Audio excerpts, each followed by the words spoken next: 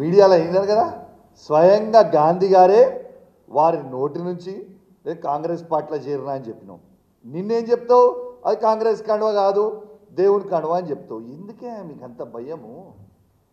నిజంగా చెప్పాలంటే ఈ గాంధీ గారు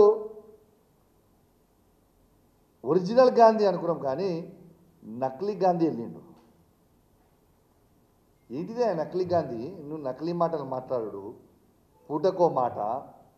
నీకు ఖచ్చితంగా నీకు కూడా షేర్లింగంపల్లిలో డిపాజిట్ పోవడం ఖాయం. నేను ఇలా ఒక గిఫ్ట్ పంపుతా ఉన్నా ఈ 10 మంది మారిన ఎమ్మెల్యేలకి.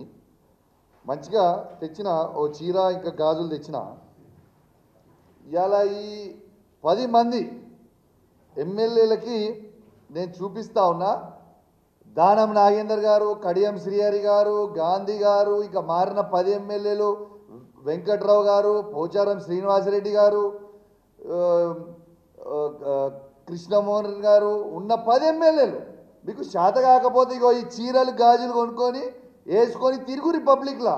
ఇజ్జత్ లేని వాళ్ళు, మీకు ఇజ్జత్ ఉందానే అసలు? మీకు ఇజ్జత్ లేని వాళ్ళు కాబట్టే ఇగో మీ ఇద్దరికి మీరు మొగోలు కాదు కాబట్టే ఇగో చీరలు గాజులు పంపుతా ఉన్నా. ఈ 2 కూడా మీరు వేసుకొని తిరగాలని నేను విజ్ఞప్తి చేస్తూ ఉన్నాను.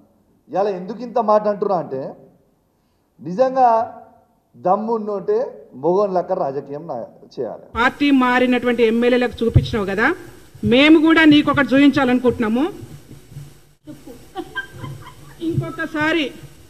ఇంకొకసారి ఆడవాళ్ళను కించపరుస్తూ మాట్లాడితే ఇదే చెప్పుతోని చెప్పులు తీయాల్సి వస్తుంది. అందుకే మిస్టర్ కౌశిక్ రెడ్డి ఒళ్ళు దగ్గర పెట్టుకొని ఉండు, ఒళ్ళు దగ్గర పెట్టుకొని మాట్లాడు.